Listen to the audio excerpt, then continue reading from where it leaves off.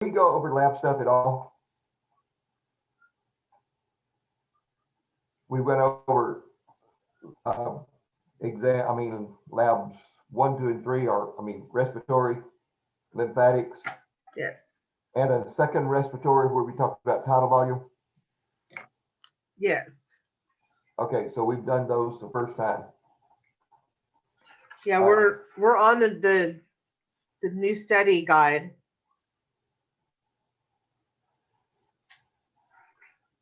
Okay, so, but we have not started the exam 3 review yet. No, not yet. Okay, that's what we want to do first because it's got a lot of information about the lab exams on it. Okay. The exam's supposed to be a week from today. Yeah, that's what I have on my calendar. I think I'm going to move it one day. I think we can without any danger. We'll see after tonight.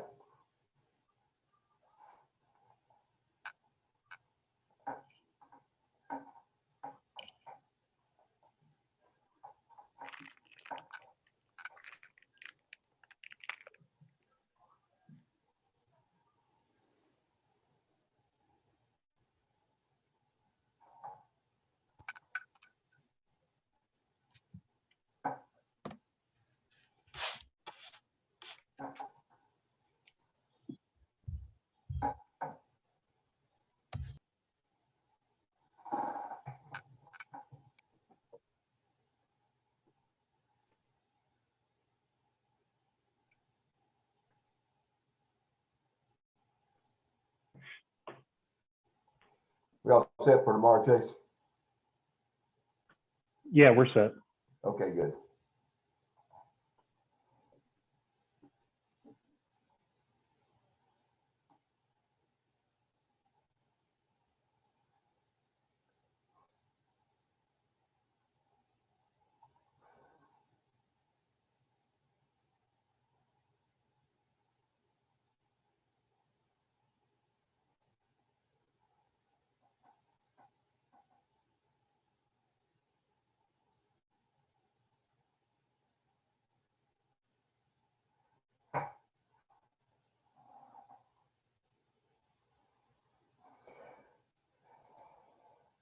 Okay, we're all here. Let's get started. First of all, we've got lab exam scheduled for a week from today. I'm going to see how it goes tonight. I'm really looking at putting it off one night. Let's see what that would do.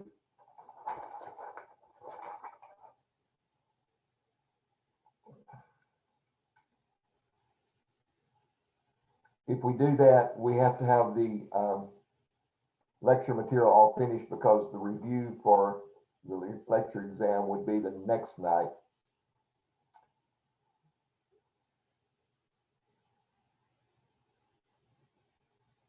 I don't know.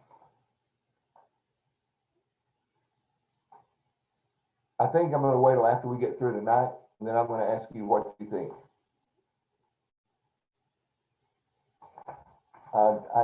It will put us having a lab exam and then 1 week later have a lecture exam if we put it off. It's really in the best spot right now if we have time to get ready for it. I just don't know how much work you guys did over the holidays.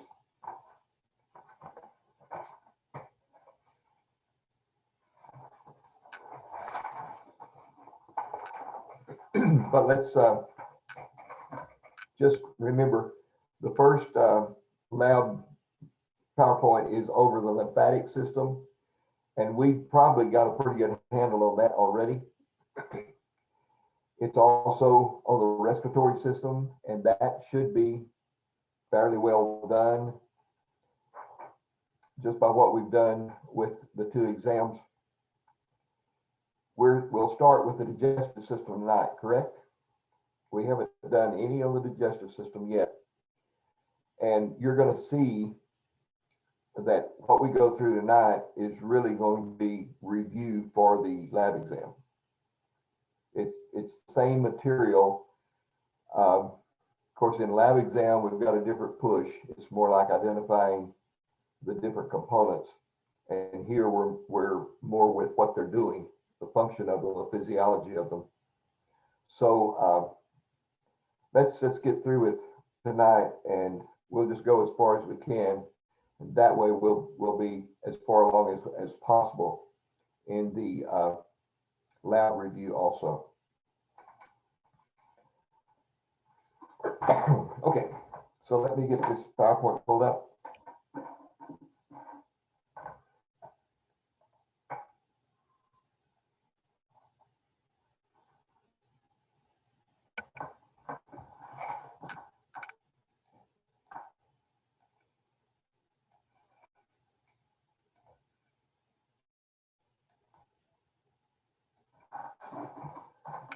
The way I'm not going over the lecture exam PowerPoint yet. I'll do it next time because we've got a makeup to do yet still. Okay. Digestive processes. This first little set where they're all in parentheses there is sort of an outline of what goes on in the digestive system. First, you have ingestion of food, the propulsion of that food along the digestive system, that's by peristalsis. Then you have this idea of digestion itself, and we'll go into exactly what digestion is. And then after the molecules or the food particles are digested, they have to be absorbed. Now this is moving materials from your GI tract, from the digestive system into the blood system, into the capillary flow, and then defecation of the waste materials, which is a fairly large process in itself, that all the things that go on with it, especially with microbes that get involved with that process.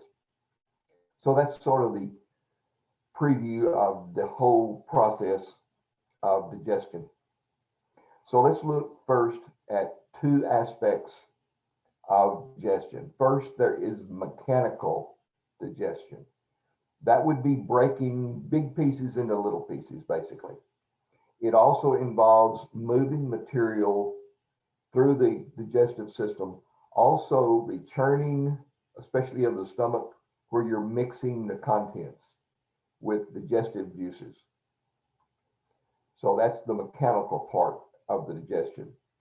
The chemical part is totally enzyme controlled, where you're making macromolecules. You've heard this term before? Macromolecules, large molecules. In other words, we're saying proteins, carbohydrates, large carbohydrates like polysaccharides, and fat molecules, breaking them down from large molecules into absorbable molecules. In other words, we're saying very small molecules. So basically what we're saying is the proteins have to be converted to amino acids.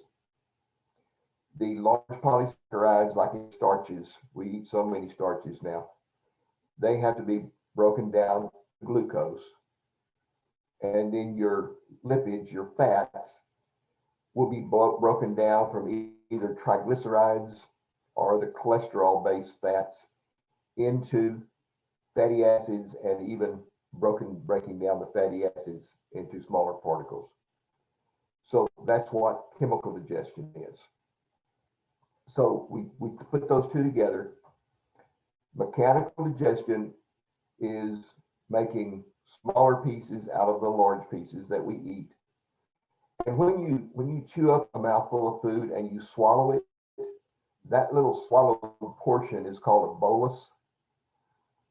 And that bolus may have enough integrity to stay together for quite a while. You hope that it breaks up in the stomach. Sometimes it doesn't if we don't chew our food well. Guys are always accused of inhaling food rather than chewing food. So the idea of a bolus is just a particle of food that you swallow, and hopefully it becomes broken up in the stomach. Under chemical digestion, when you start having the food mixed with a lot of the digestive juices, you get this little slurry kind of mix called chyme. All of us have seen chyme before because it's what comes back up when someone throws up. So that's that liquidy, sort of gooey kind of portion of food that comes back up. The chyme texture usually develops late in the stomach, and it progresses all the way through the small intestine in that form of chyme. Now, as it enters the large intestine in the colon, one of the roles of the colon, we'll find out later, is to remove fluids from your digestive material, in other words, salvage water. And so the whole process in the colon is to dry out the feces, remove the moisture. And so it's chyme until it gets to that component. Now, once again, this term absorption.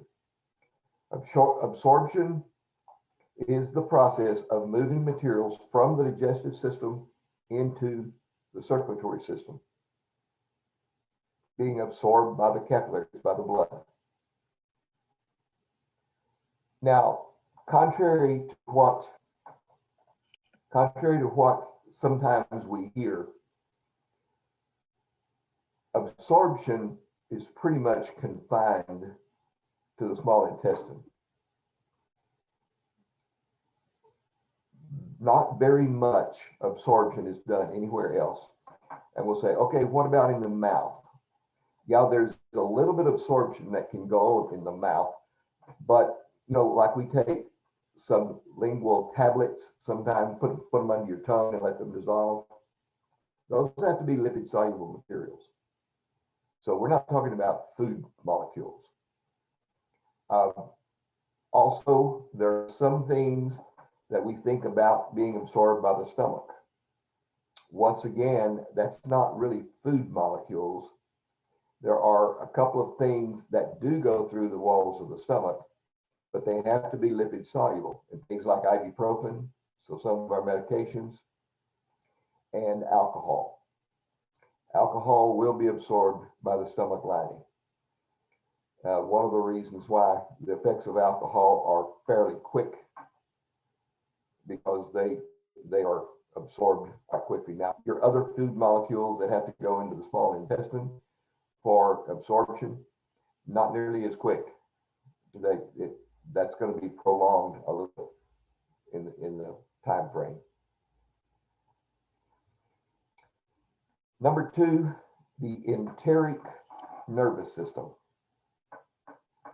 When we look at the enteric nervous system, we think about the peripheral nervous system and the autonomic nervous system and the central nervous system that we talked about last semester. That's all sort of grouped together in one kind of mechanism. Basically, control of muscle is what most of that has to do with. Then when you get into this enteric nervous system, it's the own little sort of a nervous system grouping that is basically in the gut, from esophagus all the way through the anus. There are smooth muscles other places in your body, but the gut has more smooth muscle in it than anywhere else in the body. And most of it, is in the lining, the walls of all of those organs. So when we're talking about the enteric nervous system, most of it is housed in that musculature of the gut, from the esophagus on through the anus, through the colon and all. The enteric nervous system is responsible for peristalsis. Now, peristalsis is that wave-like movement of your gut that moves the food or moves the particles inside the gut, depending on what condition the food is in. So from the time you swallow, goes through your esophagus, goes into your stomach, is churned by the stomach, is moved through the small intestine, and finally through the large intestine and through defecation. That is the process of peristalsis that goes on and moves the food particles from front to back.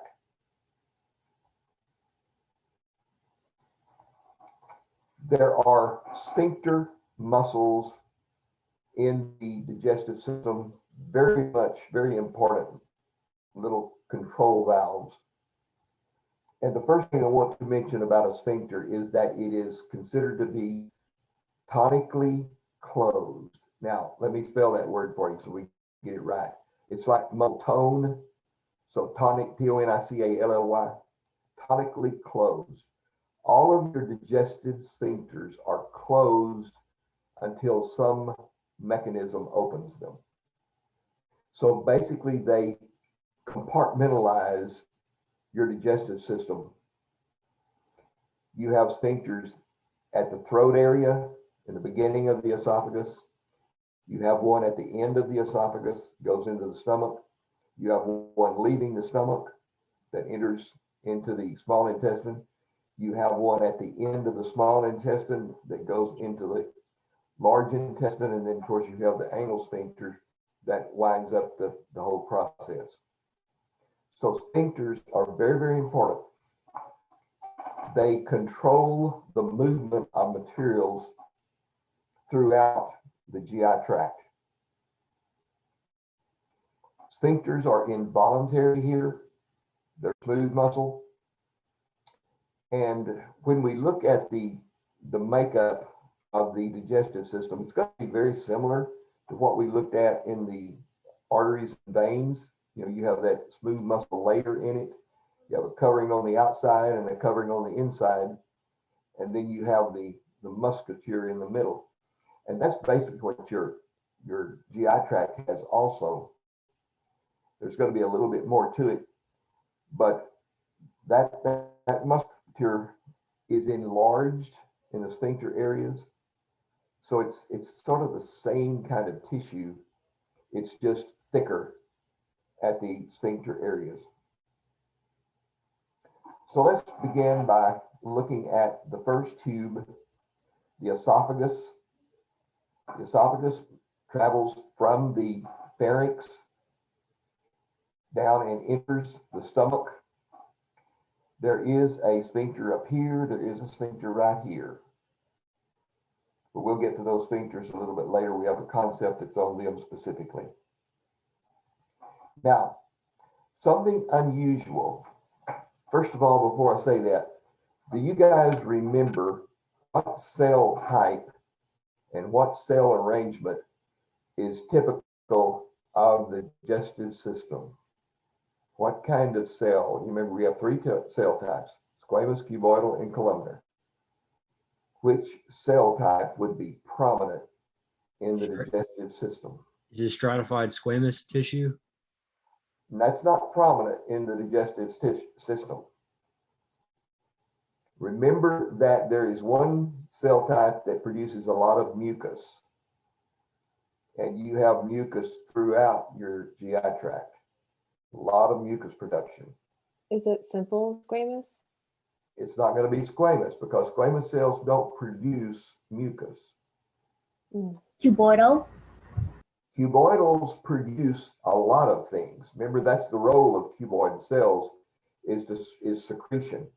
And so sweat and oils and digestive juices always come from cuboidals, but we only have one left. So what we're talking about is columnar cells. Now, typical of a columnar cell is that it's a long cell with mucus secreting abilities. So that's good for the stomach. Mucus protects from acid. It's good for the small intestine because it helps to propel the food, makes it sort of slippery. And it's also good in the colon for the same reason. So we would expect to find simple columnar tissue lining the intestinal tract from beginning to end. But there is an exception right here in the esophagus, and Jordan has it pegged. Because in the esophagus, you have stratified squamous lining tissue. This is unique for all of the digestive system. So one of the first things that we want to recall about the esophagus is that its lining is stratified squamous. Now, it is a muscular tube, just like all of the rest. It has peristalsis. Sometimes you can sort of feel it working when you swallow something that's a little bit too big, or maybe like a chip that you didn't chew well enough. You can sort of feel it as it goes down. So we do expect to have peristaltic activities in the esophagus. But there's one thing it's missing, and that is what I was alluding to a while ago. What is missing is that mucus secretion. So whenever you get materials from the stomach, we know the stomach is highly acidic. So if you have materials from the stomach that ever get moved up in the esophagus, what's going to occur? Looking at the words, you're going to have heartburn, right? So the idea of getting acidic materials from the stomach back up into your esophagus causes pain. And we have learned to, instead of call this heartburn, which is just a symptomatic thing because it feels like it's right where your heart is. By the way, your esophagus runs right behind your heart. And that's why that came out as heartburn. But when the esophagus is hurting, we now call that an acid reflux disease. So when acid gets back up on the esophagus, it hurts, it burns. Another thing about the esophagus is that sometimes you have referred pain in it. And sometimes esophageal problems will cause you to have difficulty swallowing. That process is dysphagia. Dysphagia is difficulty swallowing. There are some times when the difficulty swallowing has to do with your pharyngeal area, but very often it has to do with trouble with your esophagus when you have difficulty swallowing.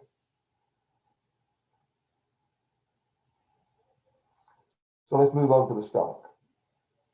See the stomach here, and notice how the esophagus comes in sort of to the side of the stomach. It comes in on the right side. So when we look at the stomach in a section by itself, this particular part of the stomach is called the cardia because it is very close to the heart, but that's where it gets its name. Cardia doesn't refer to any part of the stomach except this little area that's beside the heart. So where the esophagus enters, that's called the cardia. Anyone have tiny infants or little babies that need to be burped? Okay, now look at this. If you hold the baby straight up over your shoulder, see this little dome right here? This is a gas trap. And this is where, as food comes in and it settles down here, gravity will pull it down.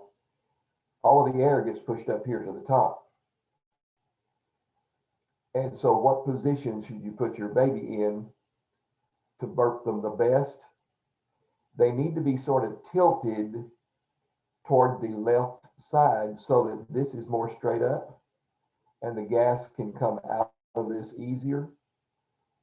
So that's just a thought. If you can hold them pretty much upright, but just tilt them a little bit toward their left, it makes this cavity sort of sideways and therefore makes it easier for this bubble to be removed from the little stomach. That's also something, I won't talk to you about it now, we'll do it later. Okay, so here's the cardia. This is the fundus, this little bowl at the top. That's the little gas trap. Here is the body of the stomach. So the main portion of the stomach is the body. The tapered end is the pylorus. Okay, so cardia, fundus, body, pylorus. The pylorus then has this next sphincter. So there's the pyloric sphincter, separates the stomach from the small intestine. Here are rugae. These are little folds in the small or in the stomach. When the stomach is really empty, it sort of accordiates, sort of really shrinks down with these folds. But when you go to the buffet, so you can really stretch those out, and you can go around the buffet more than once. And your stomach is quite stretchable, not only because of muscular tissue in it, but because of these rugae here. So they're sort of folds that can unfold when you fill it up.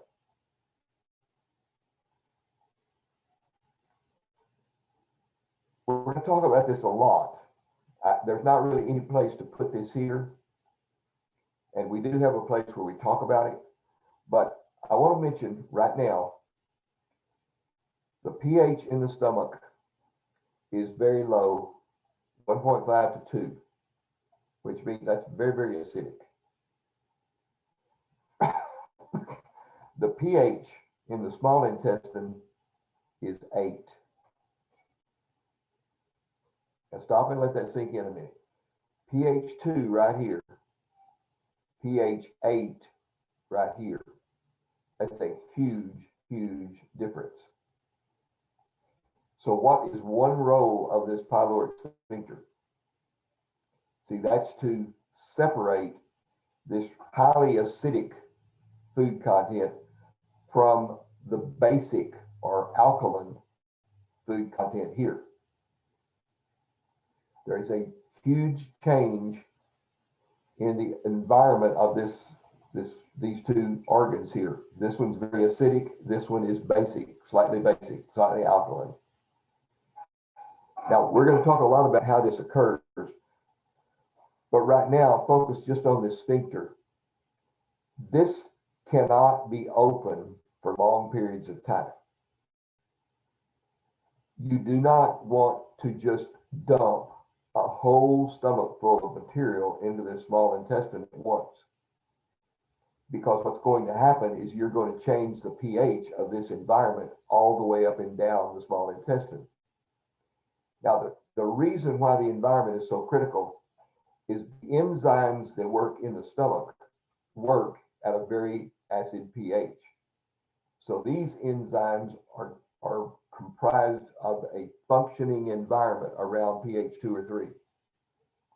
The enzymes here could not function at 2 or 3. They have to function at pH 8. So if we allow the stomach to just dump a lot of acidic content in here, you're going to have no digestion occur. So that means that this sphincter is going to be closed most of the time.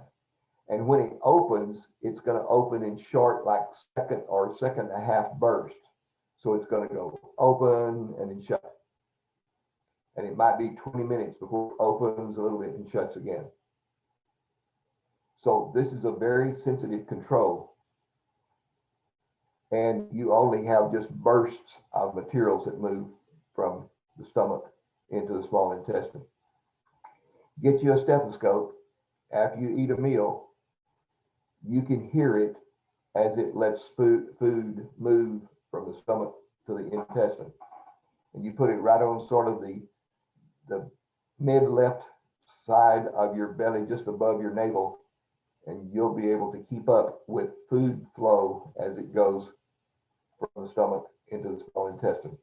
We'll talk about this a lot more because this is a really sort of a big deal in the digestive system. All right, let's look at some of the actual glands that are in the stomach itself. This is a drawing of the lining of the stomach.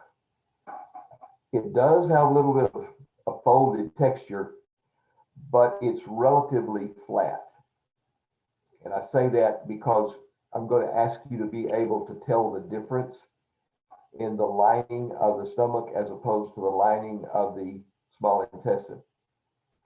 And just to give you a heads up on it, the lining of the small intestine looks like this.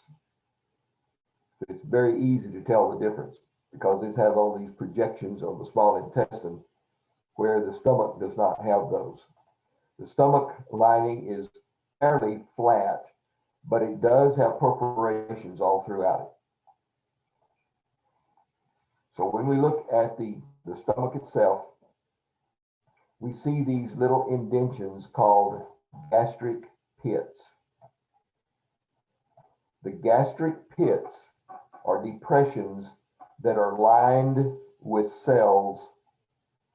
There are three basic types of cells that line this area.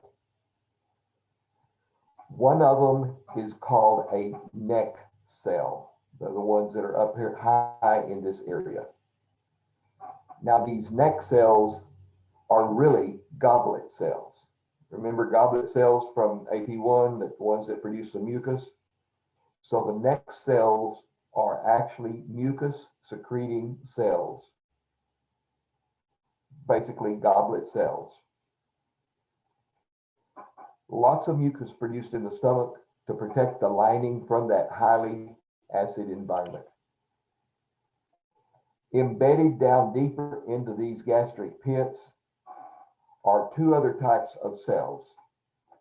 One is the chief cell that is responsible for the production of enzymes.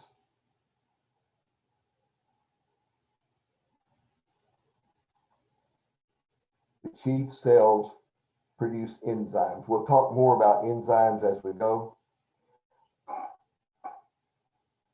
The third type of cell here is called a parietal cell. The parietal cells are proton pumps. Now, what's a proton? In chemistry, a proton is an H plus, right? And H plus is what signifies the acid level to us. So these proton pumps, these parietal cells, those are cells that produce the hydrochloric acid. And by the way, do write down the type of acid, HCl, hydrochloric acid. It's hydrogen chloride dissolved in water. So it's hydrochloric acid produced by those parietal cells. So there you have the fundamental products that are in the stomach.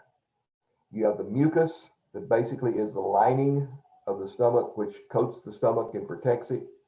You have the enzymes. And by the way, these enzymes are going to be those that digest proteins. And the third thing you have there is the acidity, the acid. And by the way, the acid level is what actually activates the enzymes that break down the protein. So all of it functions together. So this is quite a little myriad of activities that occur in the stomach. I think the next thing, let's see. Yeah, the next thing is we're talking about this enzyme. So I want to talk about this, the products of the chief cells for just a moment. There's a little digestion in the mouth of carbohydrates that we'll get to sometime. But the stomach is the first place where there is significant digestion takes place. And in the stomach, the molecule that is really digested is the protein. Now, the enzyme that's in the stomach was named a long time ago. and this one is called pepsin. You know that a lot of stomach products have the word pep in them. They like Pepto-Bismol and peptide tablets. You have a lot of this because of the breakdown of amino acids, excuse me, the breakdown of proteins into peptides that occurs in the stomach. So the enzyme was named pepsin a long time ago. But we know now our enzymes are always named with a letter of the suffix ase on the last of the term. So even though the term pepsin is still used, pepsin is a peptidase. So peptidase is the actual terminology that is used for these enzymes. So you look on number 7, peptidase. This is the enzyme that breaks down proteins. Now, there are 2 types of peptidases. One of them is an endopeptidase that breaks these big, long protein molecules in large portions. In other words, they break them down into peptides. They do not digest them completely. They just break them from big molecules into some intermediate sized molecules. So endopeptidase, it breaks the protein in the middle of the sequence. Exopeptidases cut the end amino acid off. So see, the digestive properties of those 2 enzymes are much different. The ones that break it in the middle are just making smaller pieces, but they're still not digested and could not be absorbed. The exopeptidases knock off 1 or 2 amino acids on the end, and therefore those materials could be absorbed by the digestive, or from the digestive system into the blood system. So right now in the stomach, the type of peptidase is an endopeptidase. So anything that moves out of the stomach has to be further digested. And we're going to find that the small intestine, see, is the place where all kinds of digestion occurs. But the stomach begins the digestion of proteins.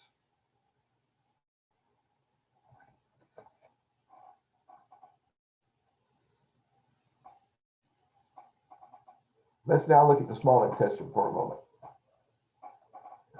Small intestine, big wavy line. It's about the size of a water hose. It's basically the same thing from one end to the other, even though we break it into 3 parts to talk about it. The first 12 inches is called the duodenum.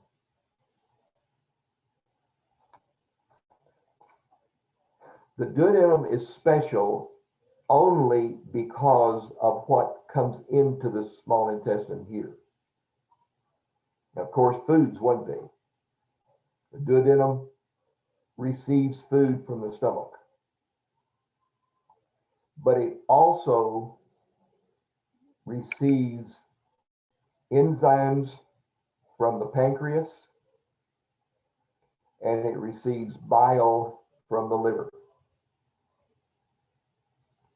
So the duodenum is basically the entry point for food, enzymes, and bile. One more component is included in the material from the pancreas. It's a material that we have introduced earlier to you somewhere, and it's called bicarbonate. Its formula is HCO3. I'm going to stop just a minute and write this out.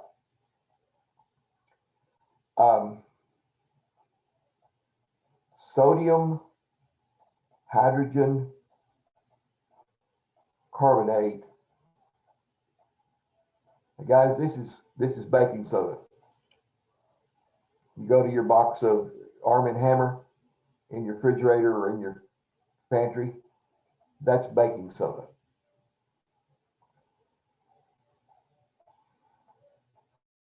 If I change this sodium to an H,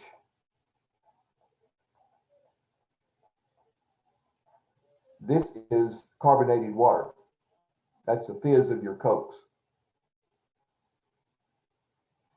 This is just carbon dioxide dissolved in water. That's what carbonation is.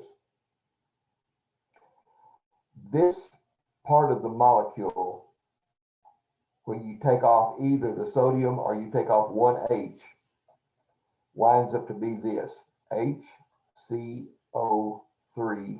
-1 charge.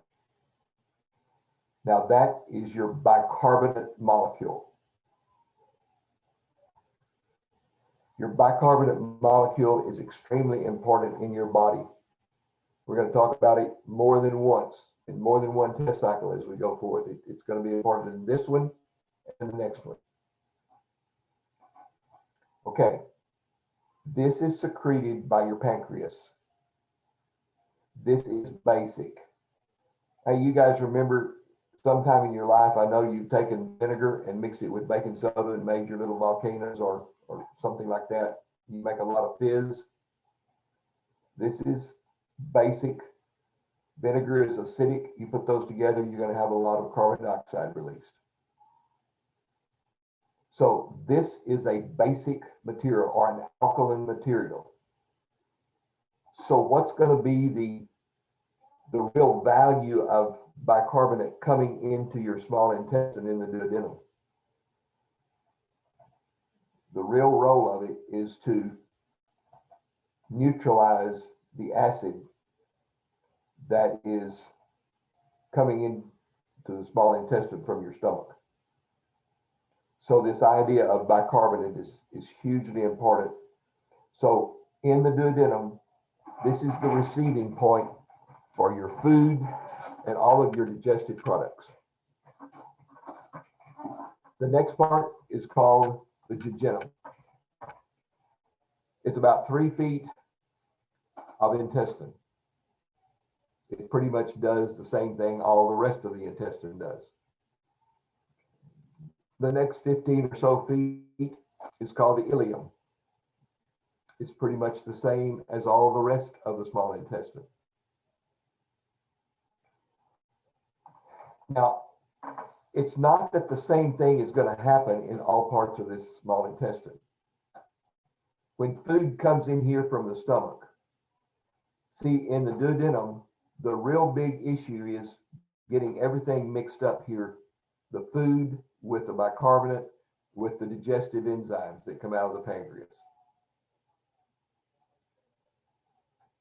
Then you're going to have digestion going on in this first part, the first 3 feet, or the next 3 feet, we say the jejunum. And the further along the food gets, the more digested it becomes, and it begins to leave and go into the bloodstream by absorption. So the environment in this small intestine is going to change as you go from the front to the end. But the capabilities of this small intestine are pretty much the same from one end to the other. Does that make sense? It's capable of doing any of these things: digestion, absorption, moving of food. It can do it all. But what's going to be occurring is most of the digestion is going to be occurring here.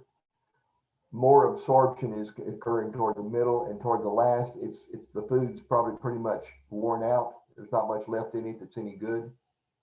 And so toward the end of it, it's going to be mostly waste materials. So when you read about what goes on in different parts of the small intestine, what I'm saying to you is, hey, if something happened to you and you lost like a half of this intestine, the rest of it can do the job. you may have some little bit of change in the way your bowel habits work, but all of this small intestine can do the job that any of it does.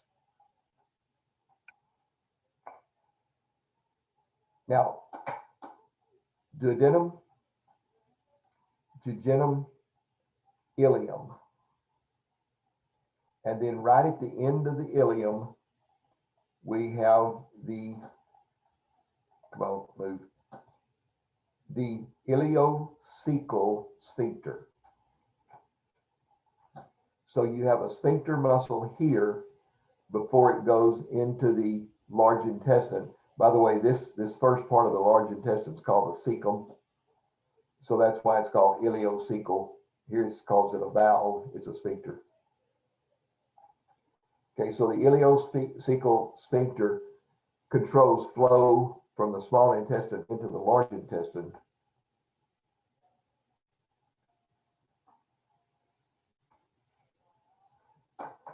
All right. This next part is what's really on the lab exam. It's a whole lot of this information that's going to be duplicated as far as looking at it, even though the questions will be certainly different. So this next part has to do with the lining inside of this small intestine. Now come back to here. Remember that we said the lining of the stomach is fairly flat. It may have undulations in it, but it certainly has pits. It has openings. So this is where the cells of the stomach are located that do all of the secretions that the stomach has. Now, when we get to the,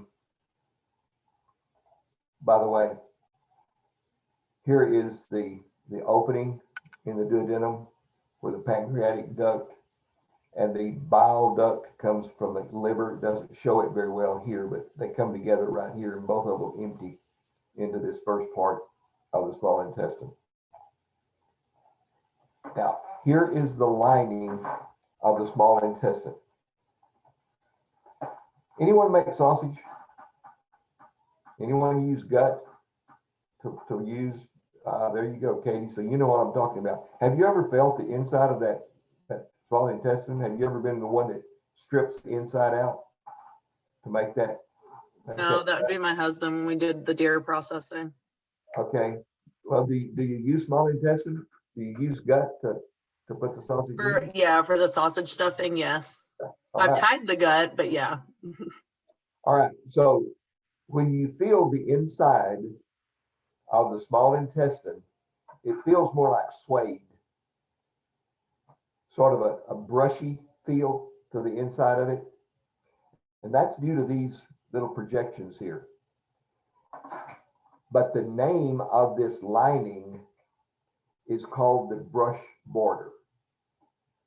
So it's just like saying, okay, here's the border of the small intestine, the inside cavity, and it feels a little brushy like. So it was given the term brush border. All right, let's dissect what the brush border really involves. Before we write, let's look at the parts and we'll come back and fill them in. So the most conspicuous thing that you can actually feel are these projections. Now these projections are called, it's a villus, plural villi. So these are villi, projections in the small intestine. These projections, look at it in this view, are just, cellular lined, multicellular little projections that are increasing the surface area. But notice, see these individual cells here?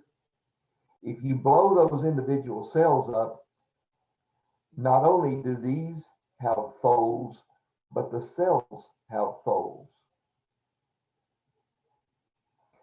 So these big projection folds are called villi. These folds on the cell membrane are called microvilli. So when we look at the inside lining, which we know is the brush border of the small intestine. The microvilli, now we can go ahead and fill this in. The microvilli are folds in the cell membrane. The villi are multicellular folds in the intestinal wall.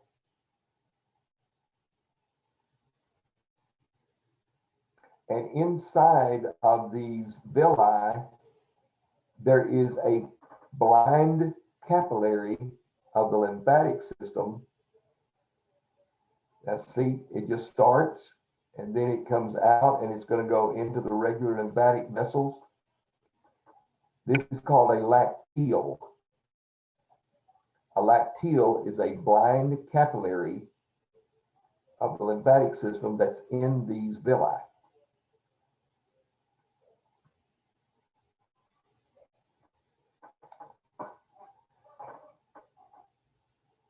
The role of the lacteal is to absorb fatty material, undigested fats, triglycerides, these kinds of things. The microvilli and the villi just increase surface area.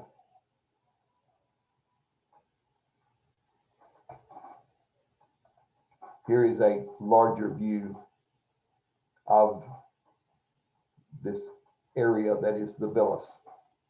So here are the cuboidal, simple cuboidal cells, blood vessels, of course, inside of here, and also a blind capillary of the lymphatic system.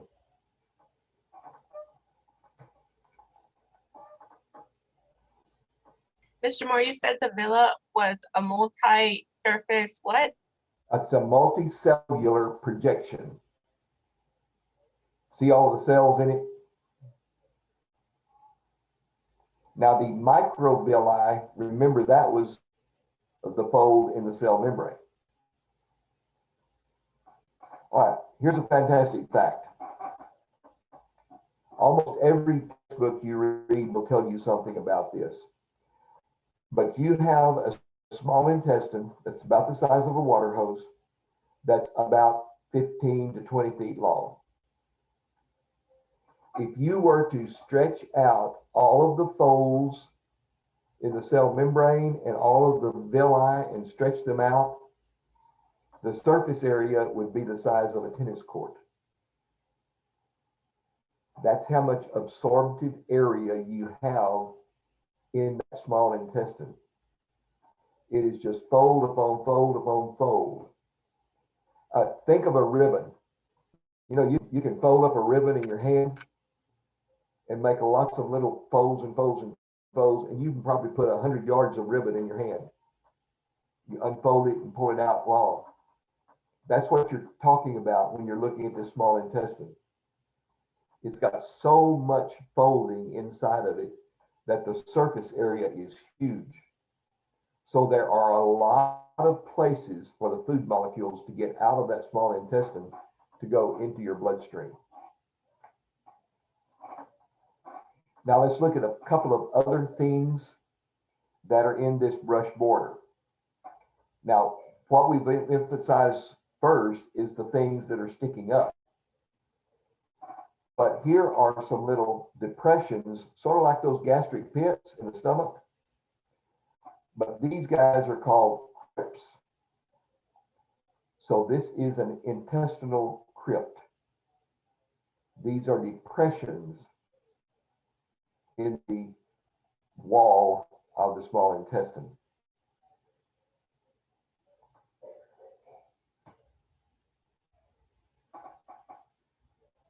Okay, you guys remember malt?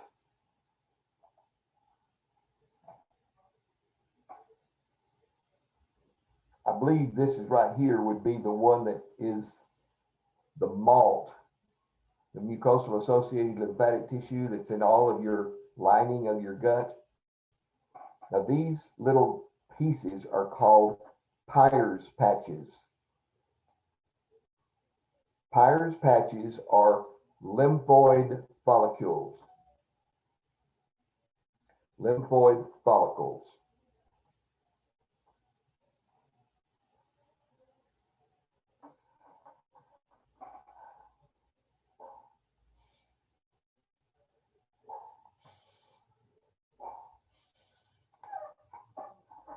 Last thing that we need to look at is that last term called brush border enzymes. All right, visualize this. When you eat pasta or rice, potatoes, bread, you're eating polysaccharides. Now remember that polysaccharides are huge macromolecules of glucose, all lined up in a long chain. The purpose of digestion is to break those long chains down into small little pieces that can go through the cells from your digestive system into your blood system. Here's a point to remember. Tight junctions from AP1, tight junctions throughout your gut do not allow molecules to go between the cells. So all things that are absorbed have to go through cells, through transporters, maybe by way of vesicles, but they have to go through the cell membrane, not around the cell. Okay, so when digestion occurs, take for instance, you start breaking down polysaccharides into smaller and smaller groups of glucose. You get down, remember this is inside of your small intestine here, and your bloodstream is down here. Here are your capillaries. So we've got to get a molecule small enough to go through these cells to enter the bloodstream. There are little enzymes throughout this tissue. This is the brush border tissue, all of this lining right here. There are small enzymes that do the last breakdown. So if you had a disaccharide, remember a double sugar, it comes down to these brush border enzymes and it will be broken down into monosaccharides. So something like glucose. And then glucose can go through transporters and go into the bloodstream. So the brush border enzymes are enzymes that make the last breakdown of your molecules to make them absorbable, to be able to cross the membrane through the transporters and the processes that these cells use to move materials from the digestive center to the bloodstream.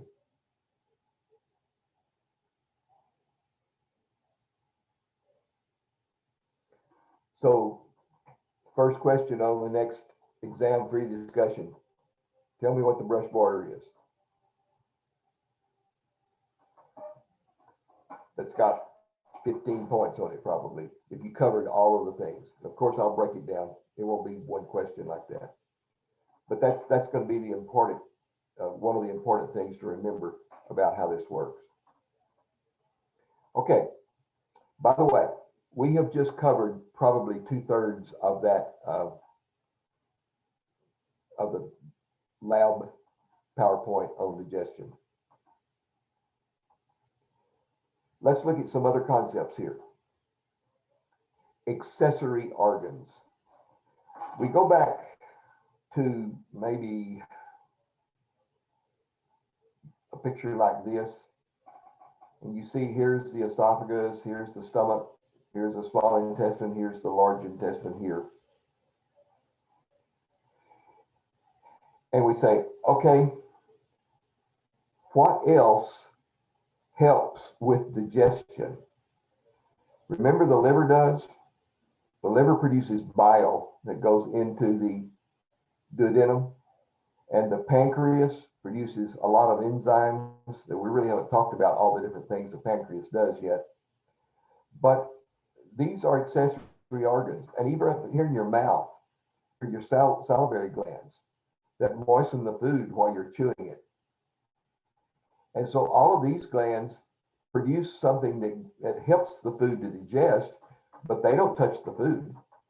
Your liver never touches the food that as you're eating it, as you're digesting it. The liver gets the products after they're absorbed back in the blood, yes, but it doesn't touch the food that's going down through the digestive system. So this is the definition of accessory organs. These are organs that aid in digestion, but they're not part of the alimentary canal, the digestive tract themselves. They don't actually come in contact with the food. So these are the accessory organs. So let's look at accessory organs for a moment. The first one is salivary glands. I think, they're shown a little bit here, but I've got them listed. There's the parotid gland. I know there's a picture somewhere of those things I've got here. And maybe, yeah, here it is. Here are your three salivary glands. Here is the one that's underneath your tongue, so sublingual. This one is way down underneath your jawbone, submandibular. And then your parotid is way back here on the back toward your, just forward of your ear. So there are your three salivary glands. You have other glands that are just embedded in the inside of your mouth that secrete tissues. Those are called the intrinsic glands, or sometimes they're called buccal glands. But I'm not going to ask you anything on this exam about them because they're all covered in the lab exam. So these are the three salivary glands, and then you have the cells in the mouth that can secrete saliva also. But what's important about these is they secrete a material called amylase, A-M-A-L-Y-L-A-S-E, A-M-Y-L-A-S-E, amyl, A-M-Y-L, yeah, A-M-Y-L-A-S-E, amylase. Amylase breaks down starches. So see, starch digestion begins here in the mouth. But the minute you swallow, this food goes into the acid portion of your stomach, and the acid ruins the enzyme. So it doesn't work very long. So there's not a whole lot of digestion done in the mouth unless you keep that food in your mouth an awfully long time. And we don't do that. So the salivary glands produce amylase, which is a material that digests starches. So starch digestion begins in your mouth. The next large organ we want to mention is the liver. The liver produces bile, B-I-L-E. Bile is a whole lot like detergent. It makes the fats in your small intestine very small, little tiny, and makes it where you can get a lot more surface area on those fats. So bile increases fat digestion, even though it is not responsible for the digestion itself. It just assists in the emulsification of fats, so it increases the digestibility of fats. Bile is stored in the gallbladder. So your liver doesn't produce enough to go through a meal. So it produces a little bit all the time. So it's stored in the gallbladder. And then your gallbladder usually is the reserve for you to be able to use, produce enough bile to be able to go through a great big Mexican dinner. So if you eat the enchilada dinner that's real fatty, you're going to need a lot of gallbladder help. Anyone not have their gallbladder? Gabriella, do you eat fatty foods okay? I try not to, but they don't bother me if I eat them. They really don't? Okay, I'm sure you No. were warned when they took it out that you had to be careful about eating fatty food. Yeah. Many people have a lot of difficulty. In other words, they'll get diarrhea. It's because you don't have enough bile to break down a full meal, and therefore that fatty material stays real fatty and slippery, and it makes your feces quite muddled. Causes some indigestion too.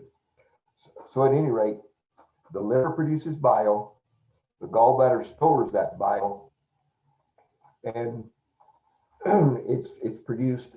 It actually goes into the duodenum, as we mentioned before. Now, the pancreas. Guys, the pancreas is a huge part of digestion. It's not a very big gland. It's not even a banana size. It's probably smaller than that. A little bit banana shaped. But your pancreas is tremendously essential to digestion. Over on the right side, I just made a list. I'm not going to ever ask you to know that list, but if you'll look, there are trypsin and chymotrypsin. Those are some exopeptidases that continue and complete the digestion of proteins. So food comes out of the stomach partially digested in protein level, and the small intestine finishes the digestion of proteins. It also finishes the digestion of all carbohydrates. It finishes the digestion of lipids with lipase, and it even digests DNA and RNA with nucleases. So the pancreas produces a ton of digestive enzymes. And people generally, instead of naming everything that's in there, they'll say the pancreas produces a digestive juice. And it's just a mixture of all kinds of enzymes plus bicarbonate. And then the two ducts, the duct of the pancreas and the duct of the coming from the liver, the hepatic duct, they come together before you go into the small intestine, the duodenum. And so all of that stuff is dumped together at the same time into the small intestine. So this is a huge factor in digestion. Okay, so let's look at the role of the pancreas. First of all, the pancreas is mostly exocrine. Now remember what exocrine is from AP1? These are glands that have tubes, DUCT, ducts that carry fluids from the source to wherever they need to go. Your salivary glands are exocrine glands also. They have ducts that carry your saliva down to the food from your glands. So the pancreas is 98% exocrine.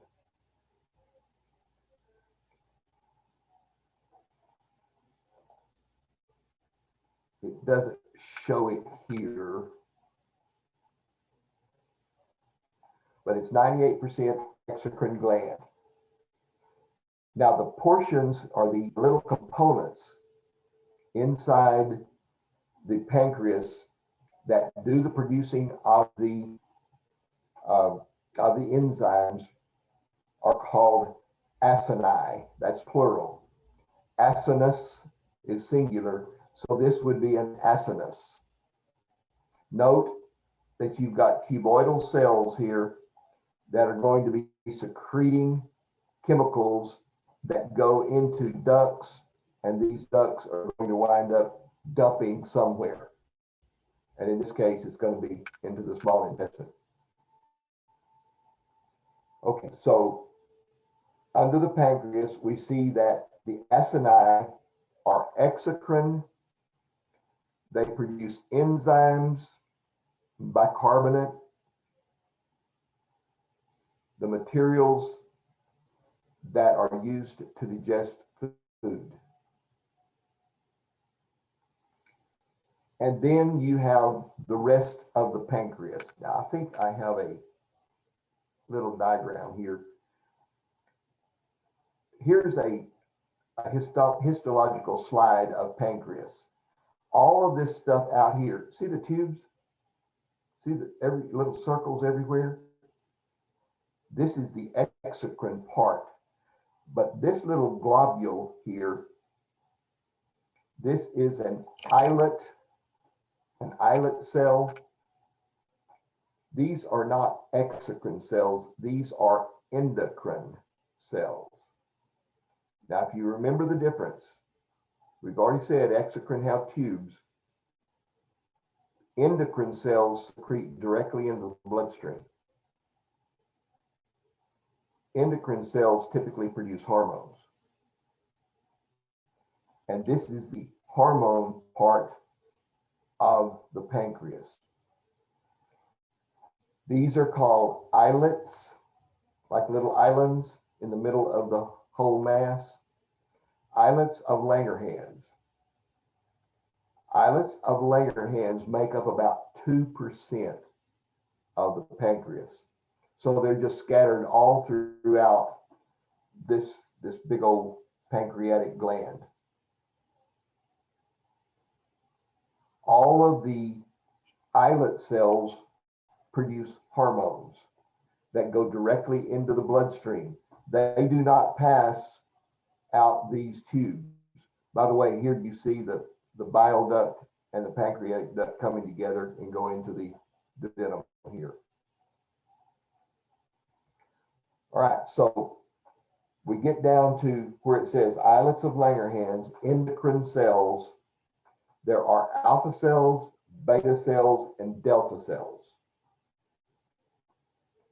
You need to remember the alpha beta cells, and you should already have these in mind because we talked about in lab exam 1 what the alpha and beta cells do.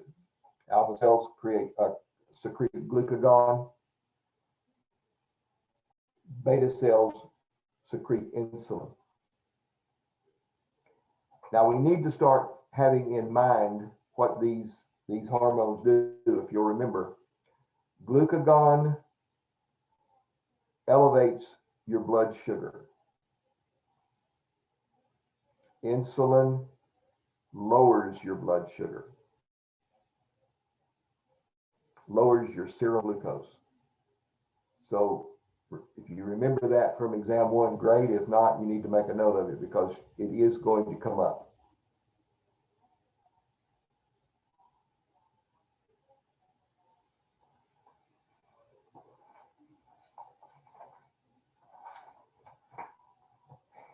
Any questions about these accessory organs? Hey, Professor Moore, you said for the beta cells, they secrete insulin, which lower blood sugar. Yes. And then what did you say about serum glucose? Well, serum, that's the terminology. That's medical terminology. Serum glucose. Oh, okay. Glucose is in your blood. A lot of times we have nurses in here that use that terminology, and I just wanted to try to use their terminology. So, see, glucagon would elevate serum glucose. Insulin would lower serum glucose. Mr. Moore, did you say the lactose? Not lactose? lactose. No, not lactose. Lactose has to be digested. It's glucose that alpha and beta cells deal with. Glucagon actually causes the breakdown of glycogen. Remember that polysaccharide you make? Stored in the liver, stored in your muscles. That didn't recall, no one recalls that, I can tell. Okay, so the accessory organs. Salivary glands produce saliva, it's got amylase in it. Liver produces bile. Bile helps in the digestion of fats, even though it is not a digestive material itself. Bile is stored in the gallbladder. Then your pancreas Most of your pancreas is exocrine. The little parts are acini that produce the exocrine juices, the pancreatic juices. The little portions that are called islets of Langerhans are endocrine, and they secrete glucagon and insulin. The delta cells, I know that there are delta cells there. We're not going to talk about the secretions. It's somatostatin. It's another hormone, but see, it's produced also by the pituitary gland, so it's not a big deal here.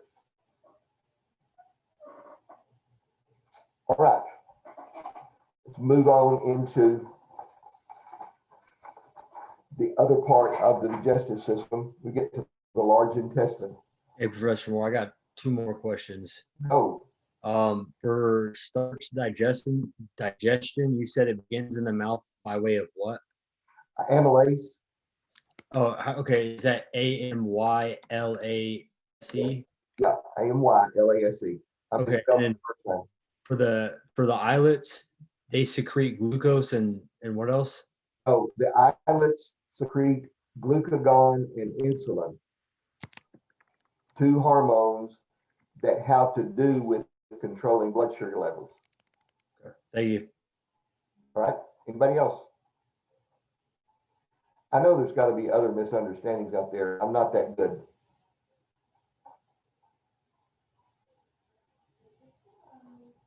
Okay, hang in there. Large intestine.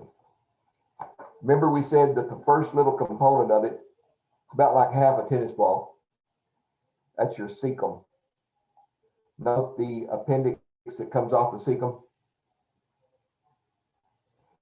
Not much else to it. I mean, it's just the entrance. Then you have the colon. After the cecum, it's colon all the way around to right here. So this is ascending colon. This is transverse colon. This is descending colon. And this is the sigmoid. That stands for S. So sigmoid colon is the S-shaped part of the colon right here. Then this particular portion is the rectum. Now the rectum is a muscular little sac, a little bag. The significance of the rectum is it has a lot of spinal reflex neurons that when it is stretched, it is full, then you get that urge to go, the defecation urge. So this is where much of that occurs.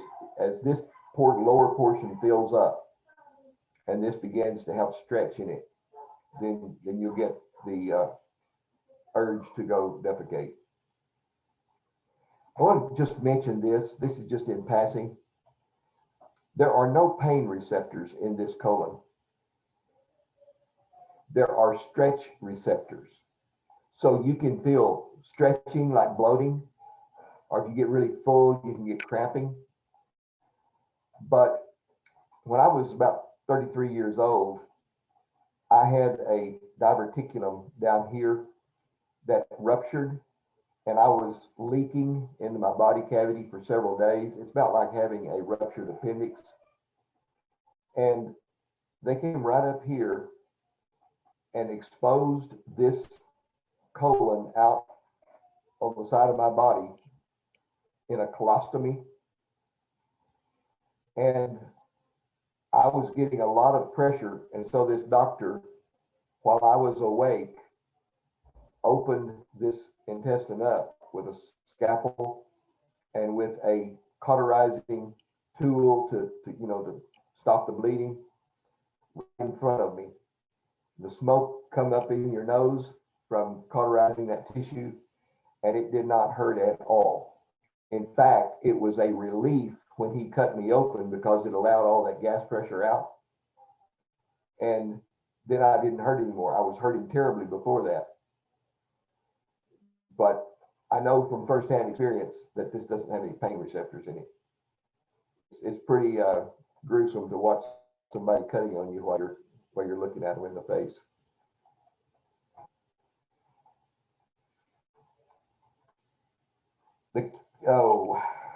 Let's see. I want to do some other stuff before we get to the kidney stuff. Let's probably save that till next time. Let's go to concept A.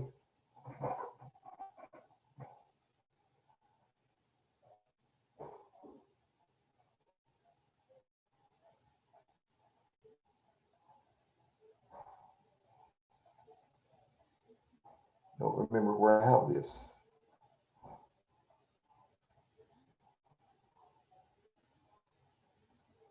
Oh, it's down past the kidney stuff. Here we go. It's a little bit like the blood vessel pictures, right? Okay, so here are the layers of the digestive system. Now, when we talk about these layers, don't get the idea that they're just in like the small intestine. This is from the stomach, the layers in the stomach, even though you don't see the great big stomach out here. The layers in the stomach, the layers in the small intestine, the layers in the large intestine, pretty much the same all the way through. It's just that the fact that the lumen is different size. This is the lumen, the space inside here. Okay, so let's look at the layers themselves. I think I want to start with the bottom, start with the inside.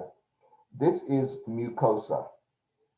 Okay, that's what we've been talking about before. Remember the term brush border in the small intestine? That's the mucosa, the mucosal membrane, mucus secreting cells. So that's where the term mucosa comes from. So this inside lining of any of the parts of the digestive system is the mucosa. It is in everything except the small intestine, everything except the esophagus. It is simple columnar tissue.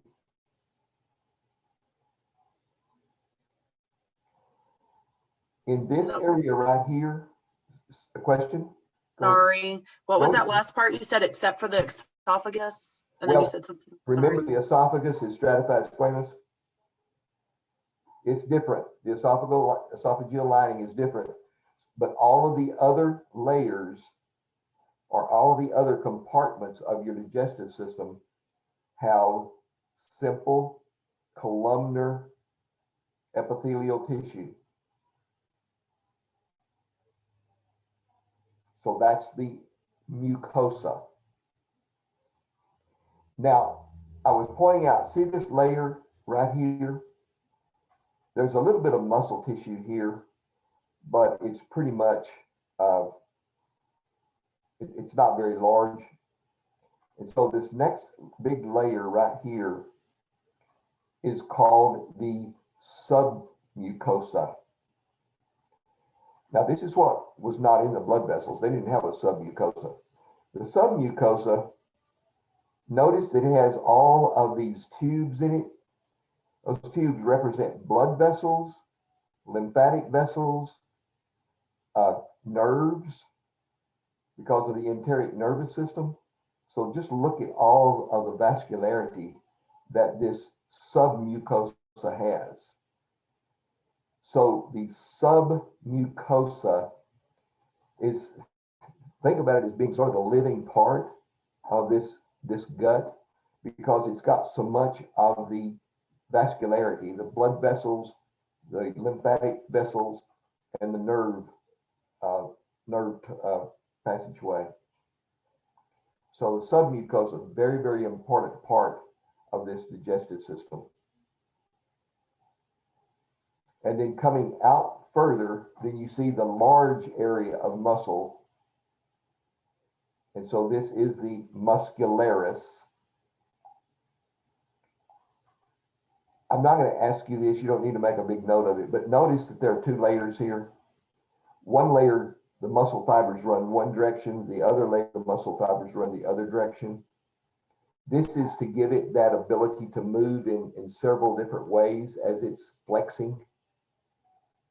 And your stomach actually has three different layers. Okay, so this is muscularis. The outer layer is called the serosa.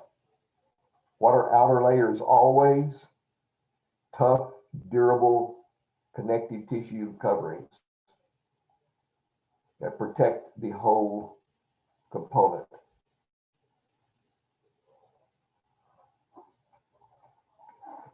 All right, let's talk about the sphincter arrangement a little bit. We've mentioned this several times, but we need to certainly make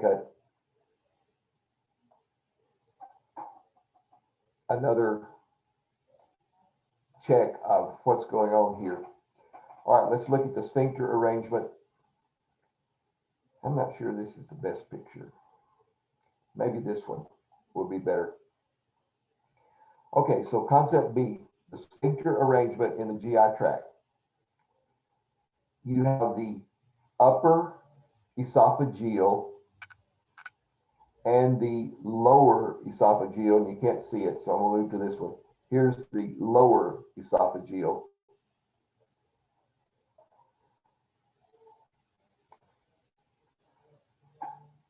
I don't have a drawing where you can see what I want you to see. But guys, this lower esophageal, the diaphragm comes right here.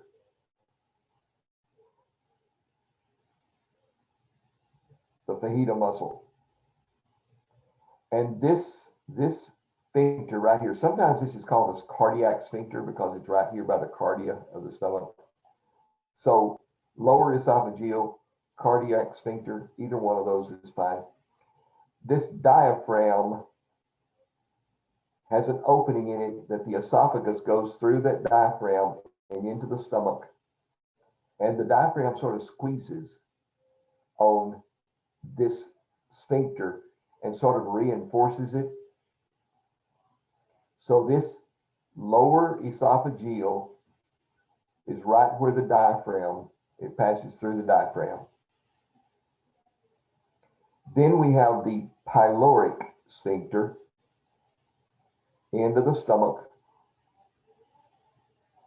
We have the ileocecal sphincter that we've mentioned before at the end of the small intestine. And then we have the anal sphincter here.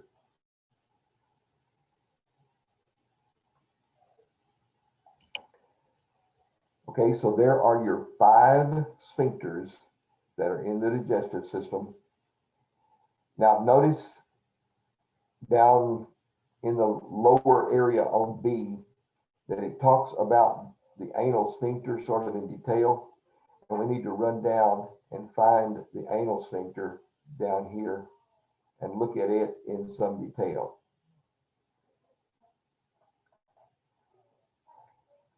Now look at the 2 layers of tissue. Here is the smooth muscle that surrounds all of the digestive tract. See it right here? Now that is considered to be the internal sphincter. Now see this muscle out here? Now these are rings. Now it goes across this way. These are rings of muscle. These are skeletal muscles. They're the outer sphincter muscle.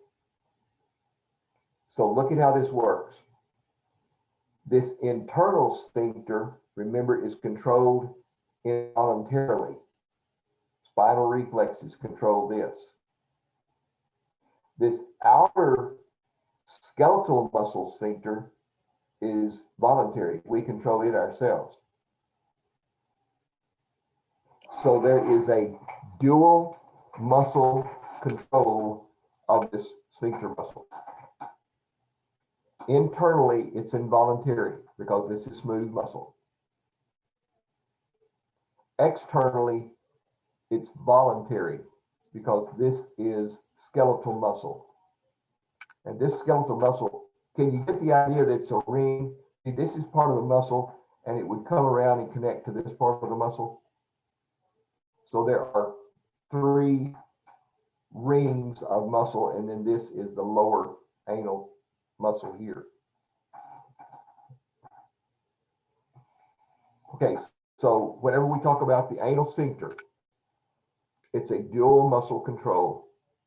Internally, it's controlled by your spinal reflexes. Externally, it's controlled by our brain, by our voluntary control. When we get to the urinary system a little bit later this test cycle, we will find out that the bladder also has 2 sphincter controls. One of those is involuntary, one of those is voluntary. There's a little bit different in the makeup. Notice that these are on top of each other. In the bladder, they're separate. They're not on top of each other, but we'll look at that when we get there. Now, there's one more thing on this concept, and it's right before C, and it's talking about the lower esophageal sphincter and the hiatal hernia. And that picture doesn't show it very well. I'm going to go back to this other one. I think I'll use this one. Anyone know, any of you heard of a hiatal hernia? No one knows really what it is. It's because you're not old enough yet. A lot of people, especially overweight people, they eat a lot of food before they go to bed, then they lie down. And when you lie down, the food sort of backs up in the esophagus and it pushes on that sphincter and it stretches out the diaphragm. And so really you don't have any control. So if you eat a lot and then lie down, this food backs up. You get serious heartburn, you get serious acid reflux disease. And it gets so bad that people can't sleep. Up until like maybe 10 years ago, they had tried surgery to repair this. It was just something that didn't ever work. And I know that my sister, who is quite a bit older than me, she had hiatal hernia surgery like 3 years ago, and it was successful. It's the first one I ever heard of that was successful. But it's a serious kind of gastric disturbance. It's called GERD, where you have the food moves backward up into your esophagus, and your esophagus just cannot take that acid, and it hurts it terribly. In fact, too much acid in your esophagus can cause cancer. It's called Barrett's esophagus. That's cancer of the esophagus. It's also very serious because it metastasizes very quickly. It's a serious kind of cancer. So it was important for people not to have this hiatal hernia. A hernia is stretching of muscle tissue somewhere in your body. And in this case, it was the diaphragm and also this esophagus. So if you haven't heard of hiatal hernia, it probably doesn't mean a lot to you. But I hope someday you don't find out the hard way about what it is.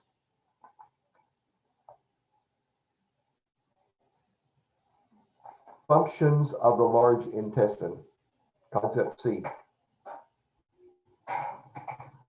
Number one function is obvious. It's the storage and removal of wastes.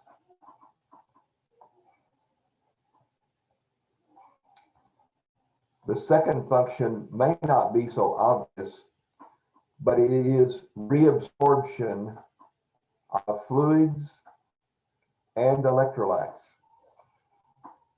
So remember that stuff we call chyme a long time ago that comes through? It's the liquid, watery portion of food. When that hits your large intestine, it begins to dehydrate it. So it reclaims the water and it reclaims a lot of your electrolytes. Guys, you may know that if someone has severe diarrhea for a long period of time, they can get really dehydrated. And see, that's the idea, because your large intestine preserves a lot of the water that's in your body.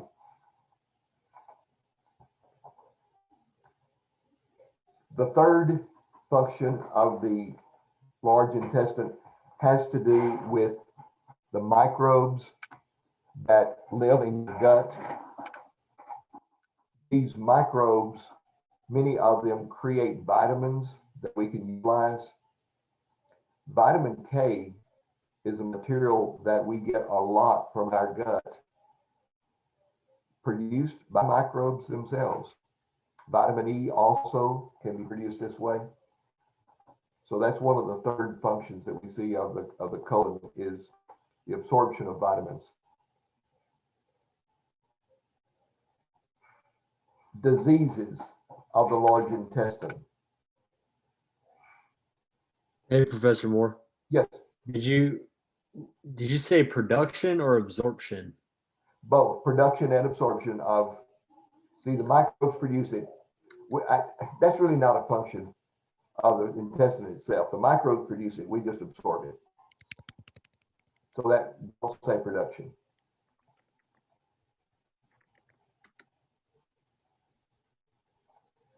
One of the problems in the large intestine is little growths. Here is a polyp, just a little tumor-like growth on the inside of the large intestine. This is why you have colonoscopies. And you guys are all, most of you are young and you say, I don't need a colonoscopy. Yes, you do. Polyps are precancerous. If left there, they will become cancerous. There is another condition of the large intestine, is a pocket on the outside. This is called a diverticulum. So diverticulitis is the inflammation of one of these little pockets.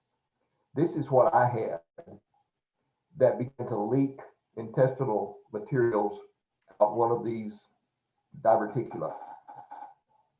I had the whole descending colon. I had polyps up and down this descending colon. And so whenever I had to have surgery, they cut it about right here, removed all of the connections here, and took this down to right here. So my colon looks like this. It's a much shorter circle now, because I don't have, they took out 16 inches of this. So basically this whole side of my colon. Luckily, I haven't had very much problem with it since then. I've had it about 35 years now, this surgery. But the thing that I want to mention to you most comes from this little dude, and that is colon cancer. So I get on my soapbox and I tell all of you, I don't care what age you are, the minute you can get your insurance company to pay for a colonoscopy, you have it. Colonoscopies now are painless. I used to have them when I was wide awake, but now they put you to sleep. And they weren't really painful, not very painful when you were awake. But now they put you to sleep, and of course they give you some Versed, makes you not remember what went on anyway. The only real fun part of having a colonoscopy is getting ready for it, because they give you this really nice stuff to drink. It looks sort of like maybe lemonade or something, maybe limeade, but it sure does make you go to the bathroom a lot. And it does clean you out. So it's a colon cleanse, so that when they put the scope up there, they don't see a bunch of brown stuff. They see the clean tissue. And certainly this is what the tissue looks like. This is a very common look of what a healthy colon would look like, with the exception of this polyp there. Now, guys, here's the reason why you need to have a colonoscopy. Colon cancer is highly metastatic, probably as much as breast cancer. Now, what does metastasis means?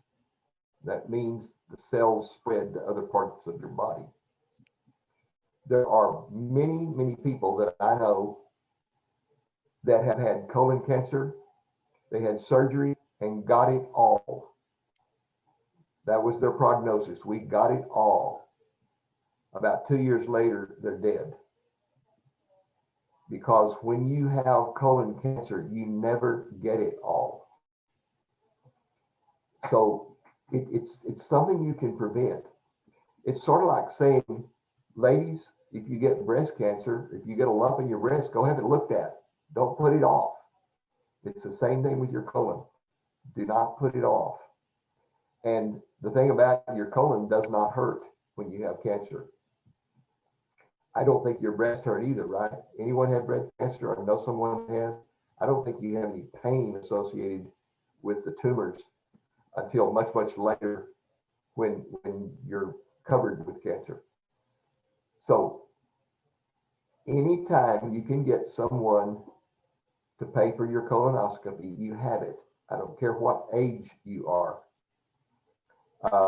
Yes, colon cancer is more prevalent after age 50.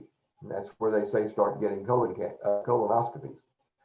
But there have been cases, I have known several people in their 30s that have died from colon cancer.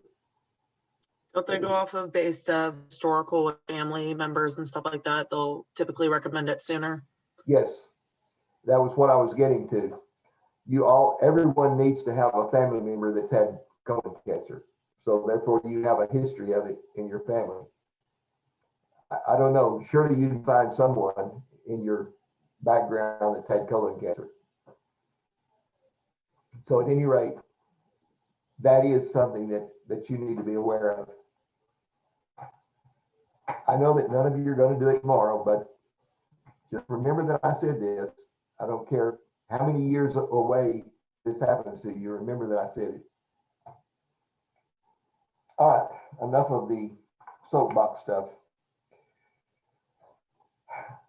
Because we have this exam coming up, and I'd like to spend next week mostly on the lab exam, or next class period rather, let's do a little bit more. I'm exhausted from looking at all this gut stuff. But let's go into the liver for just a moment. Concept E. The liver is the largest internal organ of your body. It's huge. Notice that most of it is in the upper right part of your abdominal cavity. It's right beneath your diaphragm.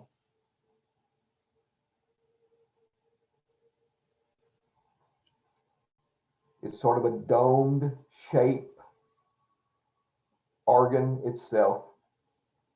This one probably makes it look a little bit better. Here you see the other lobe, and we'll come back to that.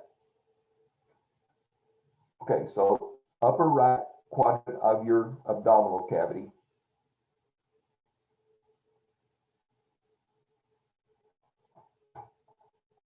The two lobes are held together by a very strong ligament called the falciform ligament. Here's the name of it. You need to know that particular ligament that holds it together. So you have a right lobe and a left lobe. Right lobe's huge compared to the left. We're doing a lot of liver transplants now. And, you know, you can transplant just a portion of it. It was assumed for many years not to be a regenerative organ, but it shows that it can grow back a little bit now. I'm sure they're doing some things to enhance that growth. Over on the right side, the functions of the liver. I just want to put some of these down. We'll talk about it more in lab, but the liver processes nutrients that are in the blood. Don't necessarily write this down now, we get to it later. But there is a special circulation of the circulatory system, a special set of vessels that goes directly from the digestive system to the liver. And so most of the food that moves from the gut into the circulatory system goes directly to the liver before it goes anywhere else. So the liver is sort of a nutrient processing plant. So it processes the nutrients in the blood, and it's especially useful in processing lipids. This is where all your HDL, LDL is produced, and much of it is used there. Your liver also stores a lot of fat-soluble vitamins. And you may not know which vitamins are fat-soluble. We'll come into this eventually. I don't think it's this test cycle. I think it's the next one.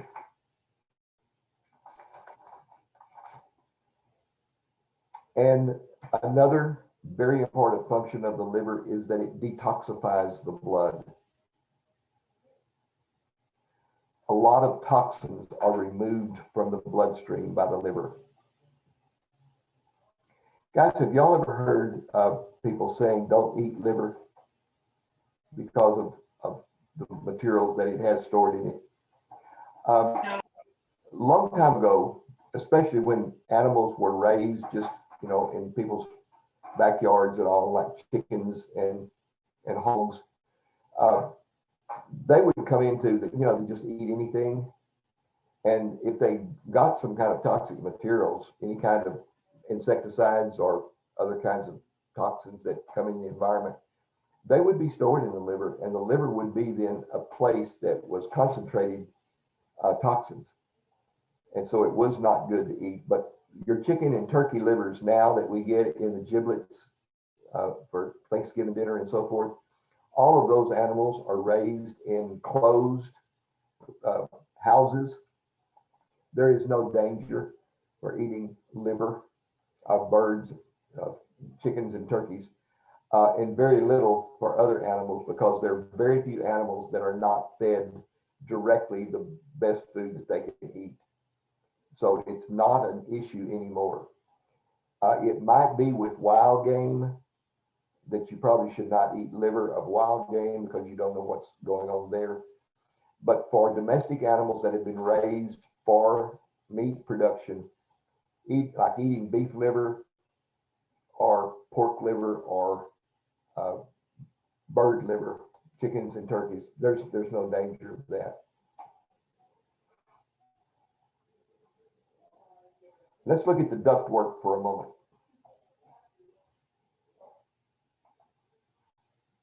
I don't like that picture. Maybe this one's closer, but we'll use two or three different pictures to make this clear. Okay, so the liver is where bile is produced. See these two little ducts here? Those are hepatic ducts, D-U-C-T, so hepatic ducts, one from each lobe of the liver. These hepatic ducts come together and then meet with this duct. Now this is the cystic duct, C-Y-S-T-I-C, cystic duct of the gallbladder. So the hepatic duct and the cystic duct meet, and it creates what's known as the common bile duct.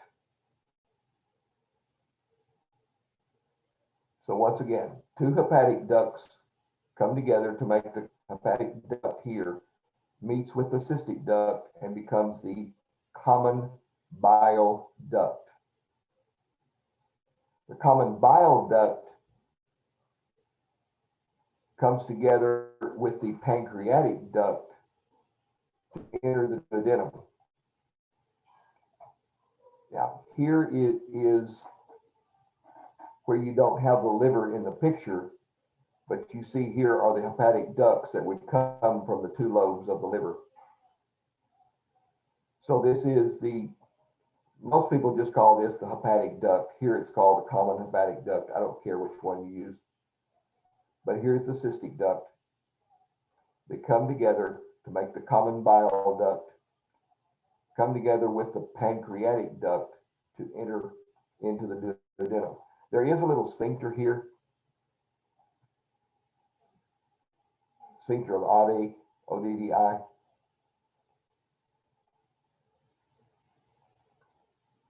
So this is the plumbing between the liver, the gallbladder, and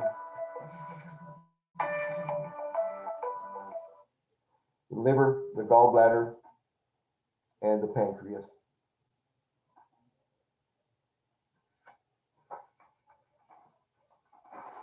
Did y'all see me turn that phone off really quickly? Do y'all realize I just learned how to do that? Like one of the students in my micro class said, hey, touch the on off switch and it'll turn it off. I didn't know that. See what, a lot of things like that really excite me to learn something new like that.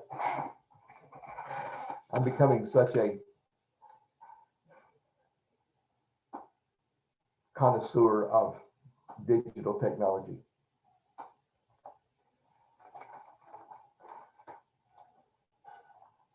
Okay, everything else we have on here has to do with the kidney. Mr. Moore, I have a question. Go. Is it safe to say that the common bile duct enters the pancreas? No. The common bile duct and the pancreatic duct merge before they enter the duodenum. Actually, a surgeon told me one time that some people, they actually merge after they go into the small intestine. He said some people, he said about 15% of the people are one way and 85% of the people the other way, and I don't remember which one's which.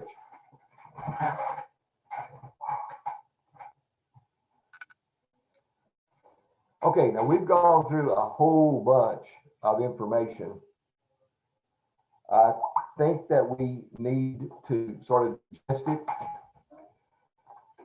For sure, next time we're going to look at a lot of the lab information. Probably take about an hour, and then it'll probably take about an hour to finish out the kidney part of this. We're actually studying the kidney twice. We're going to do the anatomy of the renal and urinary system in this test cycle. And then we're going to come back in the last test cycle and do the physiology of the renal system. I think it's that difficult that we need longer period of time to let it sink in. So the first time we'll look at just the anatomy, not worry about too much about how it works. And then the second time we'll come around and look at the physiology of it, because it's going to be, physiology of the kidney is quite difficult. It's probably the most difficult thing we do this whole semester.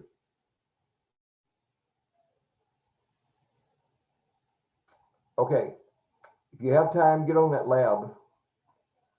I'm not guaranteeing we're going to change the test date, but the other class I had to, because see, they're testing tomorrow. Because of that power outage that I had where I lost Wi-Fi that day, we got behind. And so they're having to catch up. And I don't think it's going to hurt us to put it off one day, but if we get through with all of the lecture information, and I think we will, I think one more lecture period and we'll be fairly close to being through with the lecture information. So we'll have time to spend on some lab. And I think we can put off the lab one day. Do any of you have any thoughts about putting it off? Is it going to make it harder, easier, harder for any of you? Schedule wise, it'd be better for me Thursday. We're just putting it off, right? Correct. Yeah. I think it's early, I think it's early enough that it's not going to hinder any of us very much. Yeah, I work weekends, so I don't really get a whole lot of time to study. Is it gonna be kind of the same dynamic or setup as the last exam with the discussion, few discussion questions and then the board? The lecture will be not, Oh, yeah, I don't know why I said that. Sorry, yeah, the lab, the next is the lab exam. Mhm. sorry. Thank you. And it's gonna be pretty much the same. We've got our plate full with lab stuff. There's plenty of stuff to know in the lab without having to put this That stuff. would be April 1st. Let me look, I've lost my syllabus. April, what you cut out?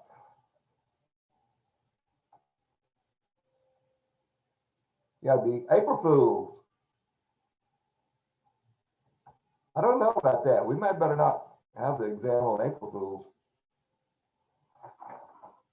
Oh, well.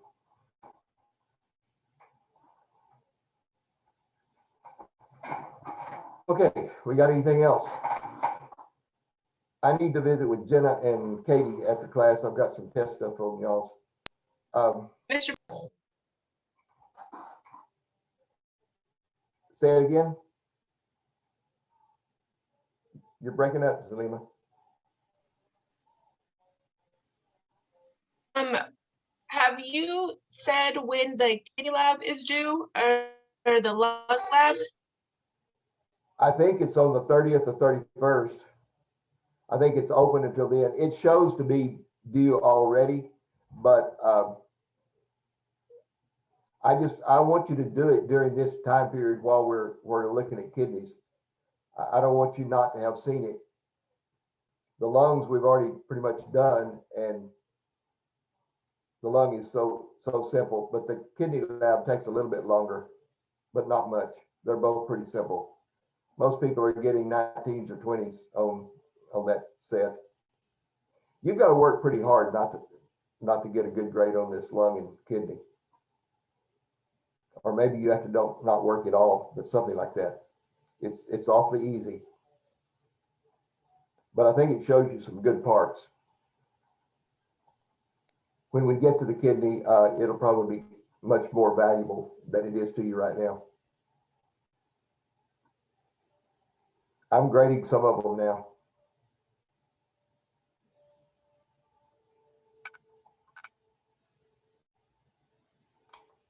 Okay, anything else? And next time we will go over your lecture 2, this Zoom part 2.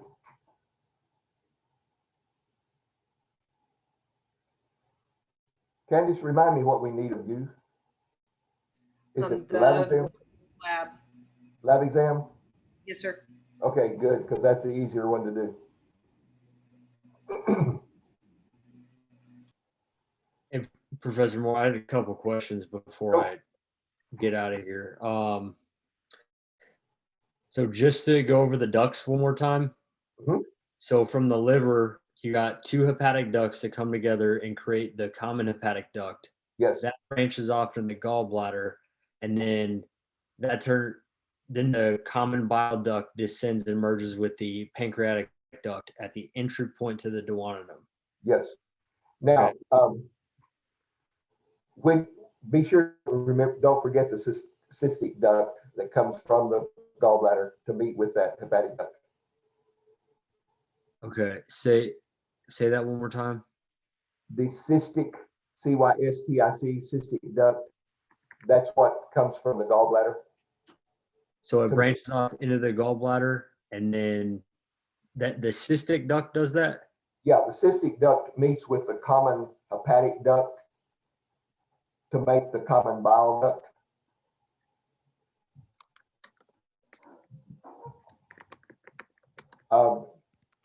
You want me to put this back up? Or is it still up? It's Yeah, still this is still up. It looks real short like here, but that duct's a little bit longer than that. It's about 1.5 inches long. Well, it doesn't show it there. Here it shows it. See, here's your two hepatic ducts. Here's your common hepatic duct. And here's your cystic duct. See, everywhere you have a connection, you're changing the name of those ducts. So these are hepatics, and this is the common hepatic because they have come together. And then when the cystic duct comes in, now you've got the common bile duct. Okay, thank you. I got two more short ones now. Go. We're not in any hurry. Go. Okay, well, I know, but the colon, you said it has no pain receptors, but what do they have? Sensory? Stretch receptors. Stretch receptors. Yeah, so if you stretch the colon, see it has a sensation of stretching. That's used naturally because stretch tells you it needs to be emptied. And see, that's one of the natural processes of the colon, to be stretched, to be filled up. Okay. But And if it's too much, it will be painful. It's not a pain receptor, but the stretching will give you a bad feeling. That's where your cramping comes in. thank you. And then regarding the parietal proton pumps, Yes. they produce HCl. Well, they produce hydrogen ions. Hydrogen ions. Yes, H pluses. And there are plenty of chlorides around, that make the hydrochloric acid. Okay. And then what did you say the acid levels do? The hydro. Well, the acid levels are about pH 2. Is that what you mean? I don't know. I have acid levels and I highlighted it because I didn't get the rest of it. So I said I put I H. don't know anything significant other than you need to know it's around pH 1.5, pH 2, something like that is the acid level.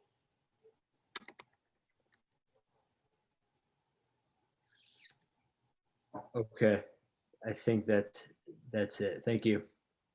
Nobody else has anything. We have to depend on Jordan to do all of the questioning. Mr. Moore, can you put up slide 28 again? I don't know what 28, oh, okay, here it is. I see 28. Yep, okay. What we got? You're okay with it?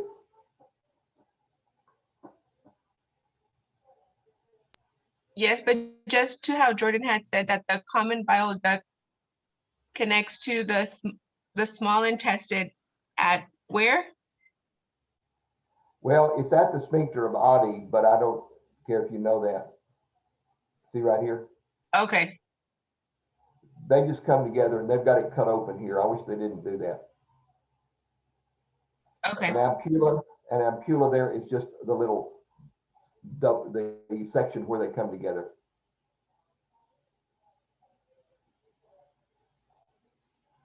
And this other duct that's in the pancreas, the pancreatic duct, do we need that one?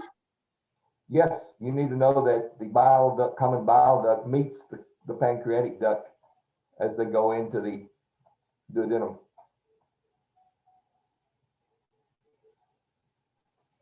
Okay, thank you. Hey, Professor Moore, I got one more. Sorry. The lab, can you put that PowerPoint up because I don't think it's on there. The lab PowerPoint.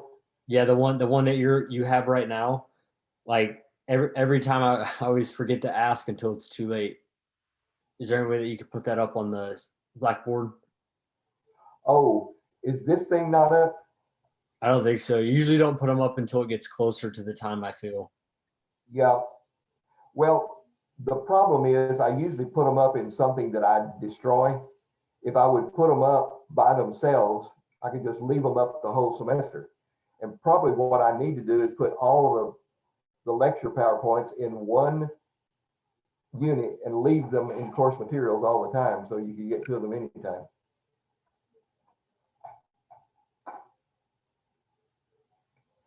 if I have to keep doing this on Zoom, I'll get better at it. Believe me, because it's more work for me to have to put these things up and remember to do it.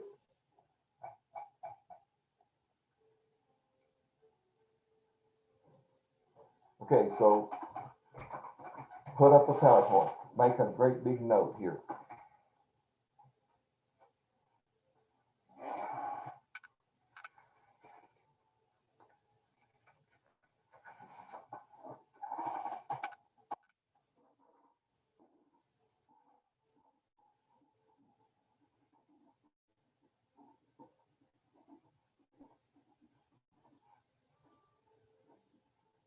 All right, got it.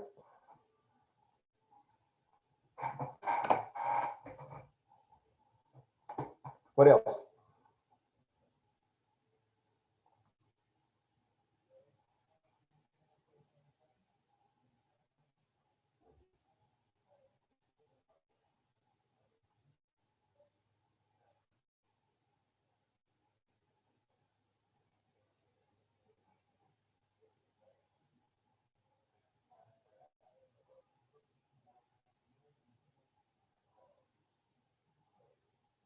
Talk to me. Jasmine, you okay? You look awfully comfortable. I'm good. You're about to go to sleep. Cameron, you have questions. I think I got it. I think Jordan probably asked them all already. All right. Tell me more. Chase, I'll see you tomorrow for sure. Yeah, I'll see you.